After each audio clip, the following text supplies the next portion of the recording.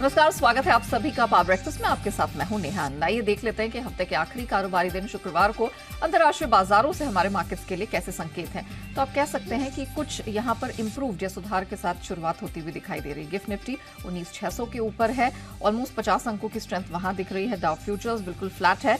Nasdaq futures की बात करें तो यहाँ पर बिल्कुल सपाट दायरे का ट्रेड दिख रहा है। एशियन मार्केट्स में निकेई पर नजर डालिए।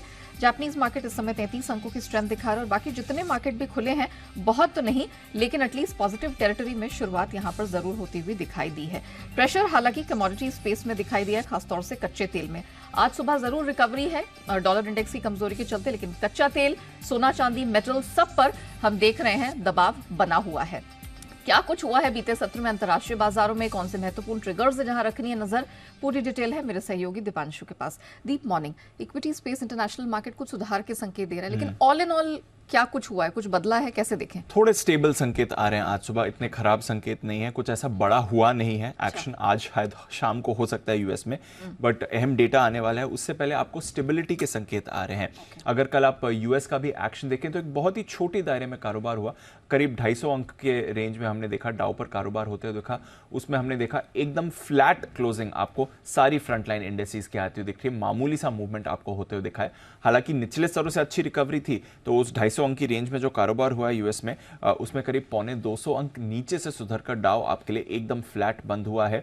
नास्डैक S&P 500 फ्लैट है। रसल 2000 में आपने मामूली सी खरीदारी देखी है। तो कुछ ज्यादा बड़ा एक्शन नहीं हुआ है, क्योंकि आज एक बड़ा अहम डेटा आने वाला है और ये डेटा है जॉब्स डेटा, यानी कि सितंबर महीने में कितनी नई जॉब्स जोड़ी गई हैं। अब बाजार का अनुमान है कि करीब 2.25 लाख नई जॉब्स जोड़ी जा सकती हैं। इससे पहले अगस्त में करीब 1.9 लाख जॉब्स जोड़ी गई थी, तो वहां से थोड़ा गिर कर आएगा आंकड़ा, बट देखते हैं कैसा इंपैक्ट होगा। मोर इंपॉर्टेंटली बेरोजगारी 3.8% से गिरकर 3.9% आपके लिए आने वाली है, तो इंपॉर्टेंट फैक्टर है। इससे पहले हमने देखा है प्राइवेट सेक्टर का जो जॉब्स डेटा आया था वो काफी खराब था, बट जो जॉब्स ओपनिंग डेटा आया था वो काफी मजबूत था। तो मिक्स्ड सिग्नल्स अब तक तो आपके लिए आ रहे हैं जॉब्स फ्रंट पर, बट ये काफी अहम डेटा रहता है जहां तक फेड पॉलिसी का सवाल है। तो देखते हैं बाजार इस पर कैसा रिएक्ट करते हैं, कैसा डेटा है। आज शाम को ये आने वाला है, हमारे लिए ऑफकोर्स मंडे का रिएक्शन इसका होगा।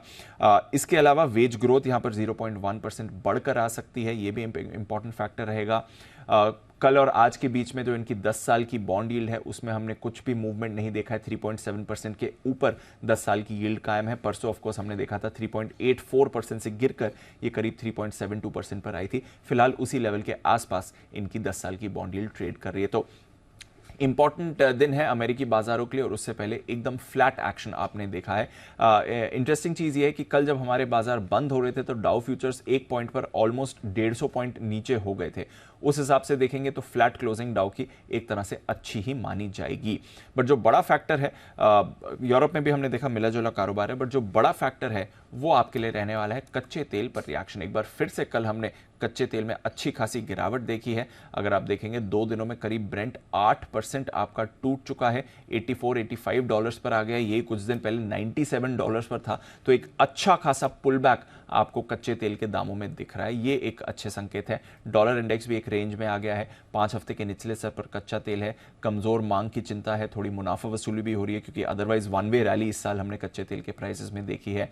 अमेरिका में गैसोलीन डिमांड इस साल के निचले स्तर पर है। तो काफी सारे फैक्टर्स है जो एक साथ कच्चे तेल पर प्रेशर डाल रहे हैं। अच्छी बात है $10-12 का ये जो रिसेंट करेक्शन आया है कच्चे तेल में। बट इसके अलावा सोने चांदी में कुछ नहीं चल रहा है। मार्च के निचले स्तर के आसपास ही एक छोटी रेंज में कारोबार दिखा है। बेस मेटल्स में लगातार आपको दबाव दिख रहा है। कॉपर अब आपका 1 साल के निचले स्तर पर आ गया है। निकल पर हम देख रहे हैं लगातार प्रेशर है। इस साल 38% निकल के दाम टूट चुके हैं। तो ओवरऑल स्थिर संकेत है, स्टेबल संकेत है। कमोडिटी बाजार से कोई चिंता नहीं है। डॉलर और बॉन्ड यील्ड आपके दायरे में है, और बड़ा फैक्टर ऑफ कोर्स रहेगा आज के अमेरिका का जॉब्स डेटा, जिस पर सबकी नजर है। चलिए, तो जॉब्स डेटा पर तो नजर रहेगी, लेकिन हमारे भी कुछ महत्वपूर्ण फैक्टर्स हैं जो आज इंपैक्ट हमारे मार्केट ट्रेडिंग सेशन में डालेंगे। धन्यवाद दीप पूरी डिटेल के लिए। आइए आगे बढ़े, उससे पहले देख लेते कि कल यानी कि गुरुवार को संस्थागत निवेशकों का किस तरह का प्रदर्शन रहा। बिकवाली हम लगातार देख रहे हैं कैश स्पेस में FIS की तरफ से तो रही है 1864-65 करोड़ के आसपास की वो बिकवाली का आंकड़ा रहा है। घरेलू संस्थागत निवेशक हालांकि सामने से कुछ खरीदारी करते हुए जरूर नजर आ रहे हैं।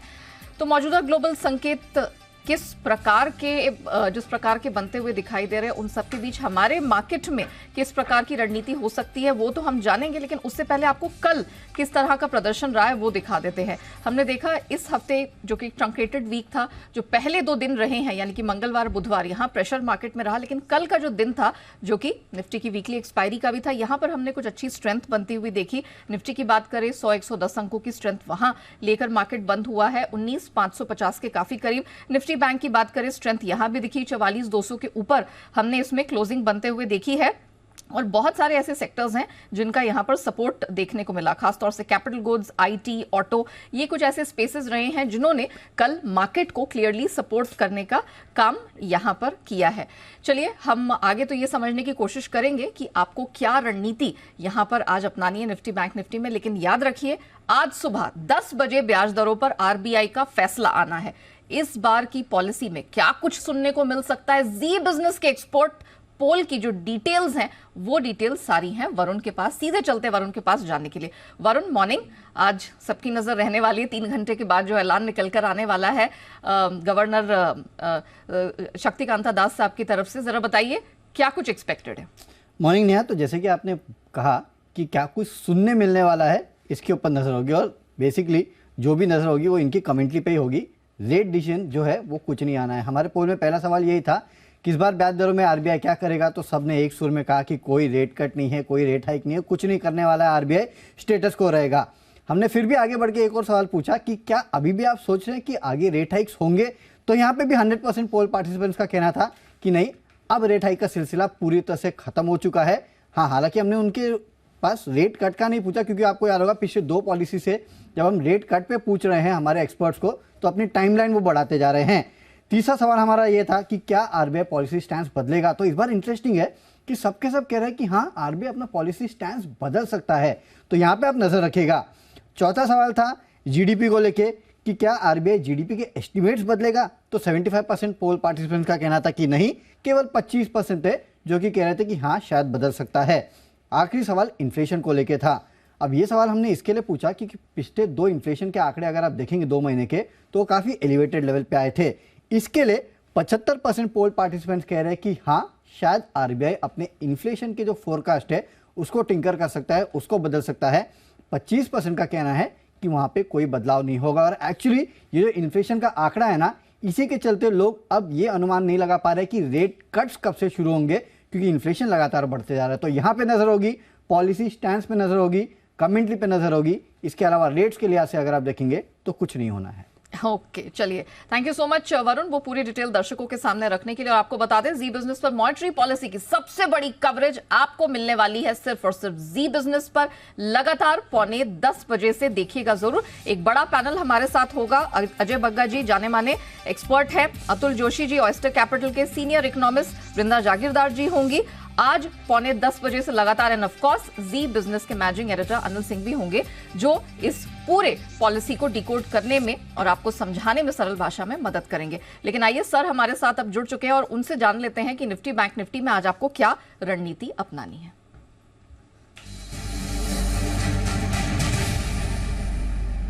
सर मॉर्निंग, पॉलिसी के लिहाज से हमारे लिए महत्वपूर्ण दिन है। आप हमेशा यहां पर 2 भागों में ट्रेड करने की रणनीति देते हैं, सर आज भी वैसे ही करना है?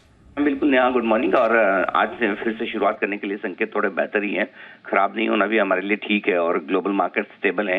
इनफैक्ट भारतीय बाजार कल जब बंद हुए तो डाउ फ्यूचर्स लगभग 125 पॉइंट नीचे ट्रेड कर रहे थे, तो उसके सामने एकदम फ्लैट बंद होते हुए दिखे, तो संकेत ठीक ही माने जाएंगे। और बाकी डॉलर इंडेक्स और आपका बॉन्ड यील्ड सारे स्टेबल है, कच्चा तेल थोड़ा सा नीचे ही आया है। सो आई थिंक कल की मजबूती को थोड़ा और हम आगे बढ़ाने का काम करेंगे और सपोर्ट रेंज आपके लिए धीरे धीरे ऊपर की शिफ्ट होती दिखेगी। पॉलिसी आने तक के पहले तक के लेवल्स मैं आपको बता रहा हूँ, 19,435, 19,485 ये निफ्टी पर सपोर्ट का काम करेगा। और ऊपरी स्तरों पर 19,600, 19,675 ये आपके लिए होगी रुकावट की जगह। जहां तक बैंक निफ्टी का सवाल है, 42,850, 44,000 ये रहेगा आपके लिए मजबूत सपोर्ट।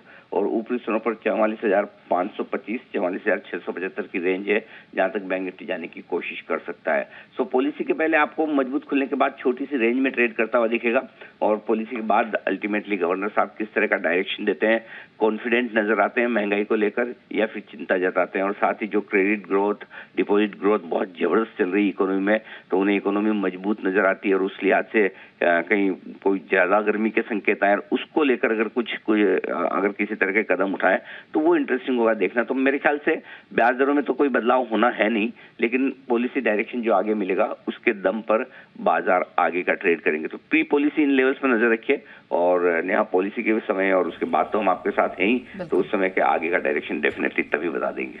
डेफिनेटली सर, धन्यवाद हमारे दर्शकों को दिशा देने के लिए।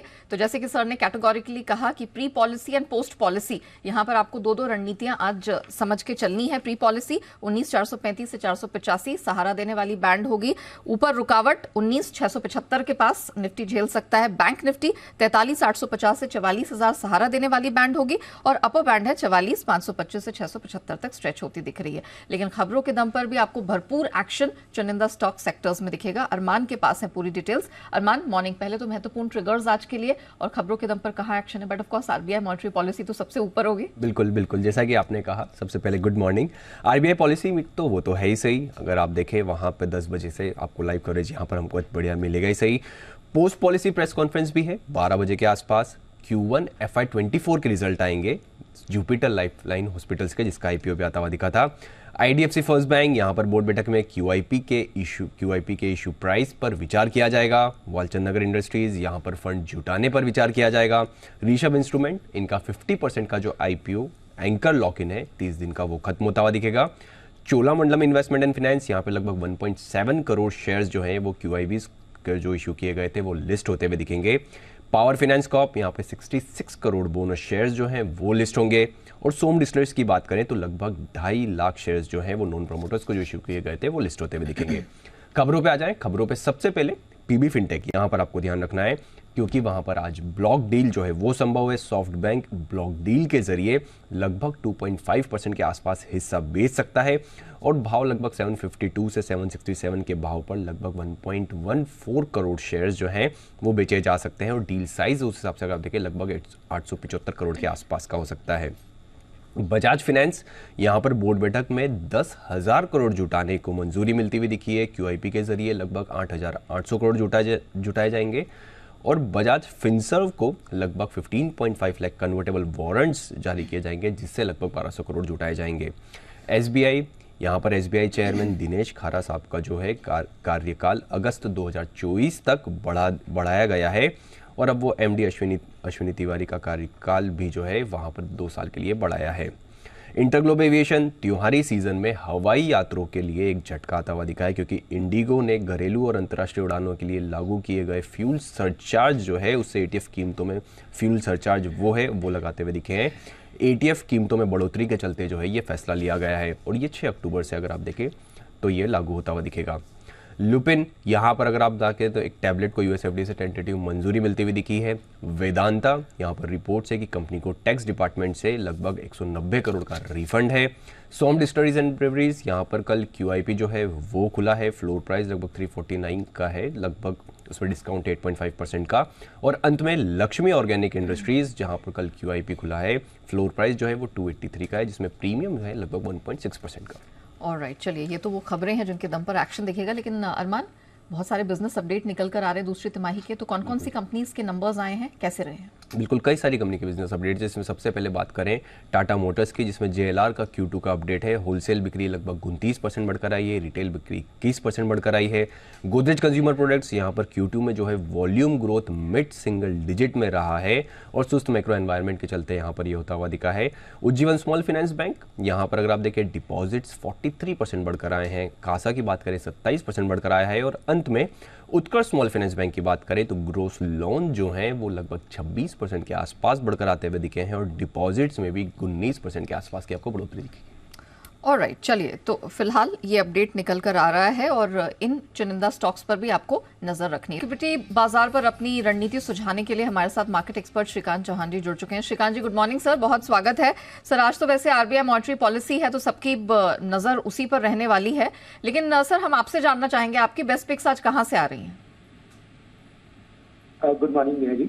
तो देखिए, मुझे लग रहा है कि इस मार्केट में अगर कल के दिन में जो हमने एक्टिविटी देखी थी और शायद क्रेडिट पॉलिसी को जो डिस्काउंट करते हुए कुछ स्टॉक्स बढ़ते हैं, उसमें हमें लगा कल रियल एस्टेट स्टॉक्स में अच्छी खासी तेजी थी और मुझे लगता है वहाँ पे हमें फोकस करना चाहिए।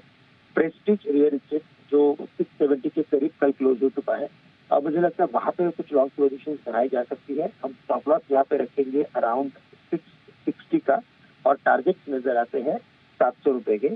साथ ही साथ मुझे लगता है कि कुछ एक आईटी कंपनीज में भी मोमेंटम हमें देखने मिल सकता है और अगर इसी को अगर नजर रखते हुए देखा जाए तो मुझे लगता है यहाँ पे L&T इन्फोटेक माइंडट्री जो 5200 के करीब की क्लोजिंग जिसने दी है, वहाँ पे लगता है तेजी बन सकती है और ये स्टॉक 5400 के करीब जा सकता है। तो 5400 के टारगेट रखेंगे और स्टॉप लॉस रखेंगे हम यहाँ पे अराउंड 5140 का। 5140 का स्टॉप लॉस। सर, 5400 का टारगेट आप बोल रहे हैं? यस, 5400 का टारगेट है और स्टॉप लॉस रहेगा 5140। Very well, thank you so much sir हमारे साथ जुड़ने के लिए, बताने के लिए कि कहाँ कहाँ नजर रखनी। तो प्रेस्टीज रियल एस्टेट 700 के टारगेट के लिए करे खरीदारी, 660 रहेगा आपका स्टॉप लॉस और LTI माइंडट्री 5140 के स्टॉप लॉस के साथ करे खरीदारी, 5400 तक का टारगेट अपसाइड में बनता हुआ दिखाई दे रहा है। आइए, काफी सारा एक्शन कमोडिटी मार्केट में भी दिख रहा है। कुंवर कमोडिटीज के रवि देवरा हमारे साथ अब जुड़ चुके हैं। Ravi ji, good morning. Sir, इस पूरे हफ्ते 9-10% का करेक्शन कच्चा तेल दिखा चुका है, 2 दिन में 8% वाइप आउट हो गए हैं। जरा बताइए क्या करना है क्रूड में? Good morning. डेफिनेटली जो ओपेक मीटिंग है उसके बाद में काफी अच्छा करेक्शन था और सेम डे यूएस के जो कंजम्पशन डेटा थे एनर्जी कंजम्पशन, उसमें भी कुछ गिरावट दर्ज की गई और इसी हिसाब से प्राइसेस में अच्छा करेक्शन था। हालांकि मुझे लग रहा है कि जो WTI क्रूड है उसमें 82 का और ब्रेंट में 84 का काफी अच्छा सपोर्ट है। ये सपोर्ट को आज रिस्पेक्ट मिलना चाहिए। मुझे लग रहा है कि आज बाइंग का मौका क्रूड में ढूंढना चाहिए। 69.30 के करीब क्रूड के प्राइसेस क्लोज हुए थे, यही लेवल पे बाई करें। स्टॉप लॉस लगा सकते हैं 6850 का। मुझे लग रहा है कि इंट्राडे में 7050 तक के लेवल दिखने चाहिए, तो आज शायद क्रूड में सेकंड हाफ में शॉर्ट कवरिंग दिख सकता है। ओके, बुलियन पे कोई राय? सोना या चांदी, प्रेफर्ड बेट कौन सी होगी?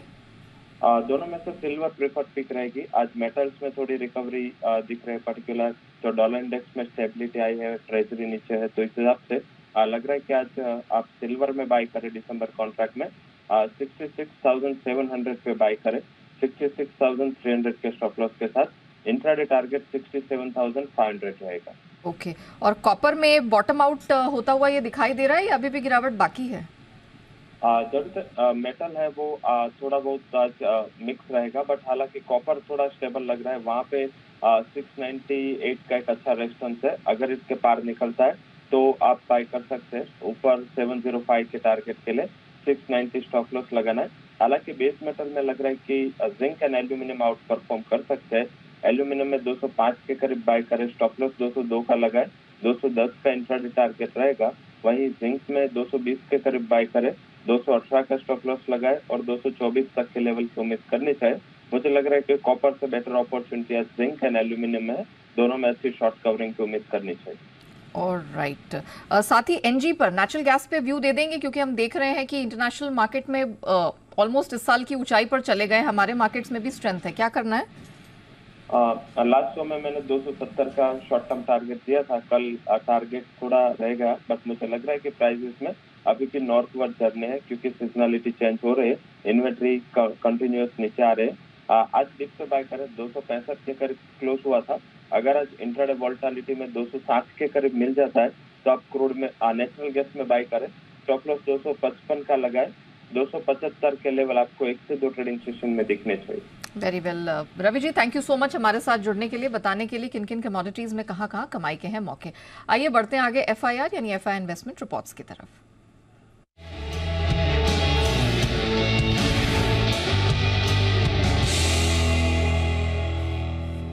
तो विदेशी ब्रोकरेजेस की नजर किन स्टॉक सेक्टर्स पर है, पूरी डिटेल अरमान के पास है। अरमान।